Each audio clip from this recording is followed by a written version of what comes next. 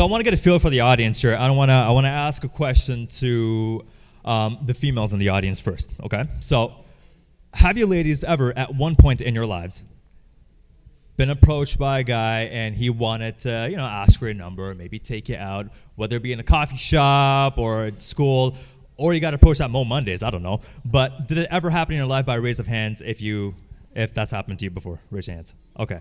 So, okay. So most of you, all right, as I would assume, right? Now, I know the guys, I have a question for you guys as well. I know you guys have done that before. My question to you guys is, was there ever a point, and you can just kind of nod your head if you don't want to raise your hand, right?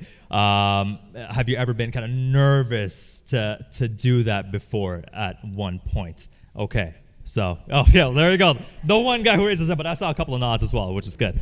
Okay, so just full disclosure, I am not a pickup artist, okay? So it's not like after this talk, I'm going to go home and there's 20 women waiting for me. Not going to happen. I don't think my girlfriend would like that very much either, okay? But growing up, I was very socially awkward, and I didn't really know how to deal with that. And it was funny because every time my family and I would go to certain gatherings, I would be introduced as, he's Shahab, he's Shahab, he's kind of shy, right? So right from the start, I would have this image in my head of, okay, well, I'm the shy guy, right? So it was weird growing up because it was kind of hard to make friends in a way. But as time went on, I was getting a bit better socially with people. And I feel like what really changed was actually, I know I mentioned my background is in fitness, but it wasn't always like that. When I first graduated high school, I went into college for accounting, which right away the first year I dropped out of. No offense to any accountants in the room. If there are, I love you guys. I love you guys for doing what you do. I just couldn't do it myself, right? But the one thing I noticed when I was in that program was I never really talked to anybody in my class, let alone anyone outside the program. I didn't really make an effort to talk to the guys, especially the girls, but never the guys as well. I just kind of went to class and went home. And this kind of clicked to me after. But around that time, I decided to take martial arts, and something about it, something about just being physical, and I was watching UFC around that time, so that kind of inspired me to just not punch people, but punch things and get stress out and just get active. And it was funny because I went in there, and 95% of the people there were just freaking strong and bodybuilder looking people, and they were just punching the pads and kicking, and I was like, oh shit, where the hell am I? Right, that's what I was thinking. Actually, on the way driving here, when Jeff approached me about this, I was like, yeah, I'll take it. That's cool. That's a good opportunity. Good to get out of your comfort zone. And as I was driving here, I was like, what the hell am I doing? But that's okay. It's great. So getting into that fitness environment honestly really pushed me, because not only was it physical, it's mental. And I do a lot of boxing with my female personal training clients that I have, and they all love it as well, because you know what? For most of them, their husbands make them mad. So when they punch with me, they just get happy, right? They're just like, right? So it's fantastic, and it made such a big effect on me that I decided to pursue it in school. So there I am. I had to take a few courses to actually get into the program, but there I am. I do what I got to do, and I'm in the program.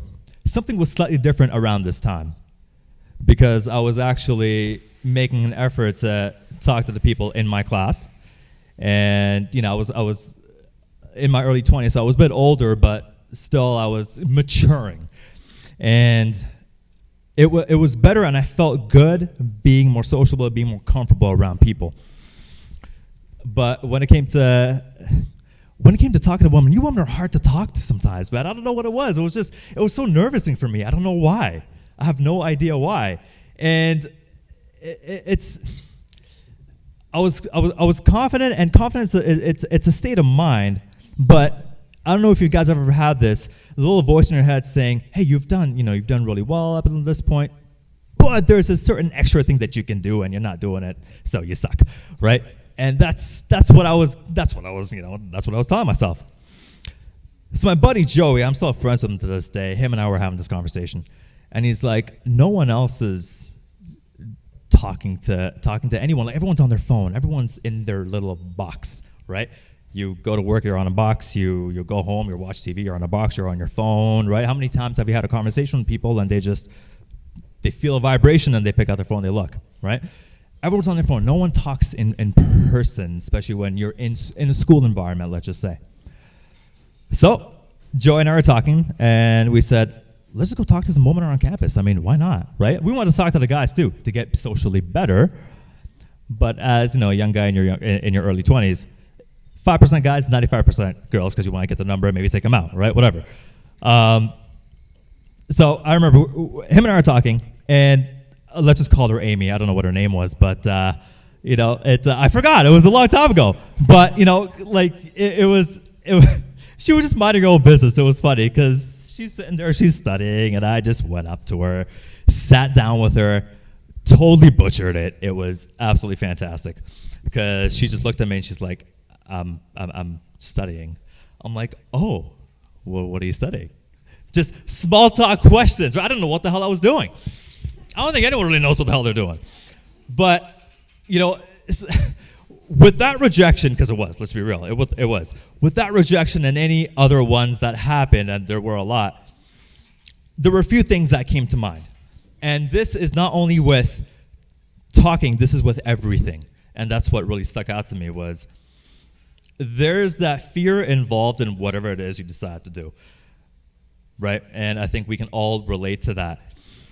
For me, I had to kind of rewire my brain and think to myself, have fun with that fear, whatever the case may be, and make friends with that fear, which is easier said than done.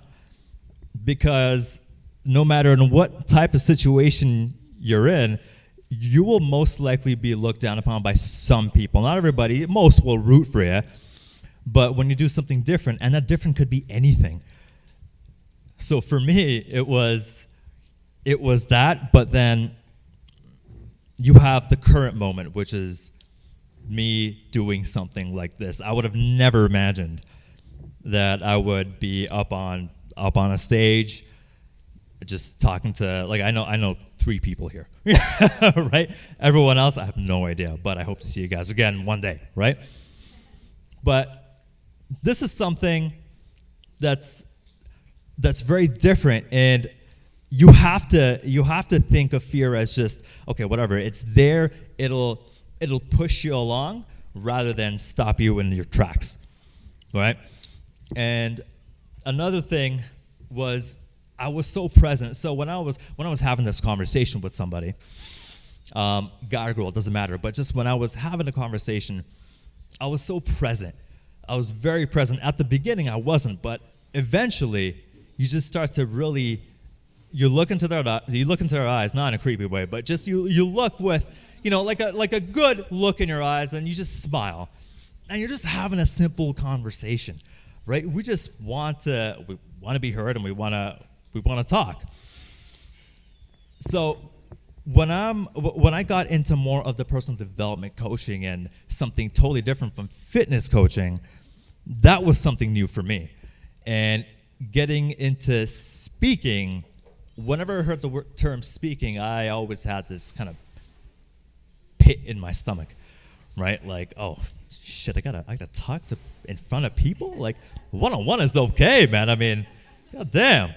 But it's the same thing. You make friends with the fear. You have fun despite the fear. You're in it. You're in it to win it. And wherever it takes you, I mean, who knows? But you never know unless you try, right? You never know. So I do want to thank Jeff for inviting me here, and it's been absolutely fantastic. Thank you guys so much.